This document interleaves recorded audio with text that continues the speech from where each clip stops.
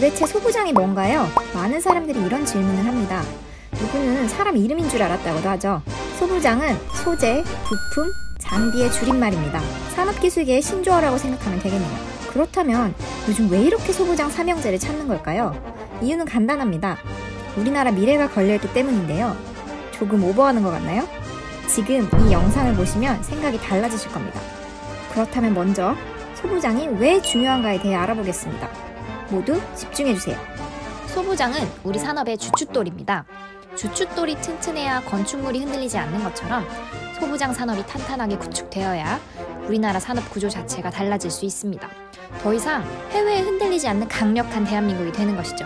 문재인 대통령은 지난해 9월 10일 열린 국무회의에서 소재 부품 장비 산업의 근본적인 경쟁력을 높이기 위해서는 핵심 기술의 자립화의 속도를 높여야 한다고 직접 언급하며 소부장 산업에 대한 정부의 의지를 확고히 표했습니다. 성윤모 산업통상자원부 장관 역시 올해 1월 30일 열린 간담회에서 소부장 100대 핵심 품목 공급 안정화에 총력을 다하겠다고 밝혔습니다.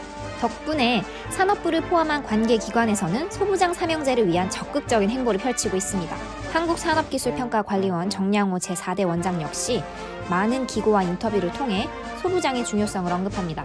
대표적으로 지난해 11월 8일 게재된 아주경제 인터뷰에서는 소재 부품 분야를 소금에 비유하며 소재 부품 분야는 소금과 같은 중요한 역할을 한다.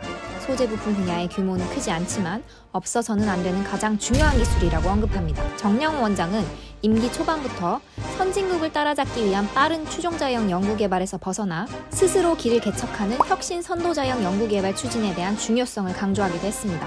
우리나라는 지난 10여 년간 핵심 소재 원천 기술, 세계 최고 소재 기술 등 도전적인 R&D 투자를 통해 반도체와 디스플레이 분야 핵심 소재 국산화에 성공하는 쾌거를 거두었습니다.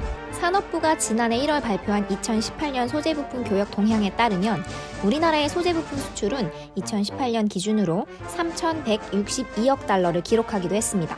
그러나 2019년 소부장 삼형제가 전환점을 맞이하게 됩니다. 바로 일본이 한국을 백색 국가에서 제외한다고 밝힌 것입니다. 당시에는 우리나라도 소부장 분야에서 나름의 성과를 거두고 있었지만 일본에 대한 의존도 컸던 탓에 타격이 클 것이라는 의견이 대부분이었습니다. 2019년 9월 3일 중앙일보에서 게재한 기고에 따르면 우리나라 소부장 전체 수입액 중 일본에 의존하는 부분이 레지스터는 93.2%, 레지스터 도포장치는 98.7%, 인사는 95.9% 수준이라고 언급합니다. 그 외 분야에서도 40에서 75% 사이의 의존율을 보이고 있었죠. 출처가 2018년 일본 경제산업성에서 발표한 자료라는 것을 감안해도 낮은 수치는 아니었습니다. 그렇다면 화이트리스트 배제가 무엇일까요? 여러분들도 하도 자주 들어보셔서 알고 계시겠지만 간단히 설명드리겠습니다. 먼저 화이트리스트 지정이 뭔지 알아야 할 텐데요. 화이트리스트 지정은 일본이 수출 효율성을 높이기 위해 우방국을 지정하는 것을 말합니다. 이렇게 우방국가로 지정되면 여러 면에서 규제가 간소화됩니다. 바꿔 말하면 화이트리스트 배제는 수출 시 규제가 많아진다는 것을 뜻합니다. 일본은 특히 우리나라 핵심 산업인 반도체와 디스플레이 등에 사용되는 불화수소, 포토레지스트, 플루오린 폴리이미드 등 3가지 품목에 대해 대한국 수출 규제를 발표하고 한국을 아예 백색 국가 목록에서 제외한 것입니다. 이에 대해 뉴욕타임즈는 2019년 7월 15일 기사에서 일본은 한국 전자산업의 필수적인 화학물질에 대한 접근을 제한했다며 미국과 러시아에 이어 자유무역에 타격을 준 지도자가 됐다고 비평하기도 했습니다. 하지만 우리나라가 그렇게 호락호락하지만은 않았습니다. 위기를 극복하는 DNA가 탑재된 나라, 그게 대한민국 아니겠습니까? 여기서부터가 중요합니다. 끝까지 시청해주세요. 먼저 2019년 추경을 통해 긴급 지원이 필요한 25개 품목에 650억 원을 지원했습니다. 또 수요 공급기업 연계기술 개발 사업을 신속히 착수했습니다. 여기서 말하는 수요기업이란 소부장 구매가 필요한 반도체 또는 디스플레이 기업 등을 말하며 공급기업은 말 그대로 소부장을 공급하는 업체를 뜻합니다. 여기서 또 궁금증이 생기실 겁니다. 왜 수요기업과 공급기업을 연계해야 하나요? 이유야 정말 많지만 시간이 없으니 간단하게 설명해드리겠습니다. 수요기업과 공급기업이 서로 목표를 공유했을 때 상호 윈윈할 수 있기 때문입니다. 수요기업 입장에서는 국내에서 안정적으로 수급처를 확보할 수 있고 공급기업 입장에서는 급변하는 시장 속에서 수요기업 입장에 맞는 개발을 정확하게 진행할 수 있기 때문입니다. 한마디로 요즘 유행하는 맞춤형 주문 제작인 것입니다. 올해는 100대 품목 기술 개발을 지원하는 소재 부품 장비 기술 개발 사업이 추진됩니다.